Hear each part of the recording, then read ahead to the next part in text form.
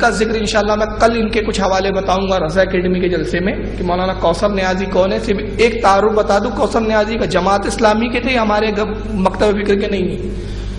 انہوں نے اتنی کتابیں پڑھی اور اتنی کتابیں لکھی کہ کہتے ہیں کہ زندگی میں نے جتنی روٹیاں نہیں کھائی اتنی کتابیں پڑھی ہیں.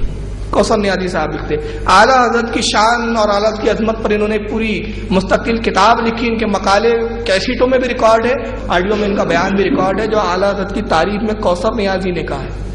اب یہ انتقال ہو چکا ہے, پاکستان میں وزیر تعلیم بھی رہ چکے ہیں, وزیر تعلیم نشر و اشاعت اس کے بھی وزیر رہے ہیں بہت بڑے عہدے پر.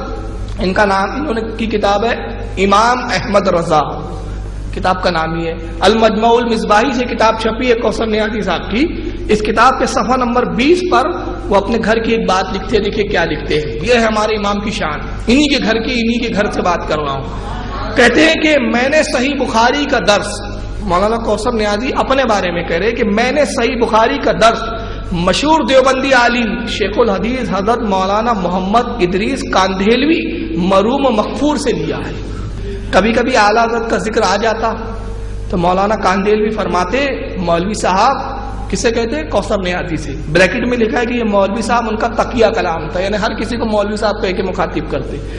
تو کہتے مولوی صاحب مولانا احمد رضا خان کی بخشش تو انہی فتووں کے سبب ہو جائیں گی کہ اللہ تعالیٰ فرمائیں گا احمد رضا خان تمہیں ہمارے رسول سے اتنی محبت تھی کہ اتنے بڑے بڑے عالموں کو تم نے معاف نہیں کیا, کیا تم نے سمجھا کہ انہوں نے توہین رسول کی تو ان پر بھی کفر کا فتویٰ لگا دیا, جاؤ اسی ایک عمل کے سبب ہم نے تمہاری بخشش کر دی ہے. انہی کے گھر کی شہادت ہے. کہتے کہ اعلیٰ حضرت کے دوسرے عمل تو چھوڑیے, دوسری کتابوں کی خدمات, مجدد ہونا, اور دوسری ان کا تقوی پرہیزگاری, وہ سب ایک طرف, اور دوسری طرف کیا کہ اللہ تعالیٰ کہیں گا احمد رضا تمہیں ہمارے نبی سے اتنی محبت کہ جس کے بارے میں ذرا سا بھی تم نے محسوس کیا کہ نبی کی شان میں گستاخی کر رہا ہے, تم نے کفر کا فتویٰ لگا دیا, جاؤ اسی محبت اور اسی الفت کے تو پہلے ہم نے تمہیں بخش دیا ہے. یہ مولانا کوثر نیازی کی گواہی ہے. آگے کیا لکھتے ہیں سنیے. کہتے ہیں کہ کم و بیش اسی انداز کا ایک اور واقعہ مفتی اعظم پاکستان حضرت مولانا مفتی محمد شفیع دیوبندی سے بھی میں نے سنا. یہ خود اس کے راوی ہے, خود گواہ ہے مولانا کوثر نیازی.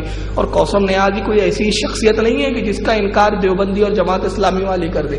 بہت بھاری بھرکم شخصیت ہے ان کی جماعت کی, اور آخری تک وہی رہے ہیں. اور جماعت اسلامی کا ہی نظریہ رہا, چھوڑ دی تھی آخری وقت میں جماعت اسلامی, لیکن نظریہ وہی رہا, سنی بریلوی نہیں ہوئی, مگر یہ ان کا بیان ہے. آگے لکھتے ہیں دوسرے پیراگراف میں کہ جب حضرت مولانا احمد رضا خان صاحب کی وفات ہوئی, اعلیٰ حضرت کا وصال ہوا, تو حضرت مولانا اشرف علی تھانوی کو کسی نے آ کر اطلاع کی.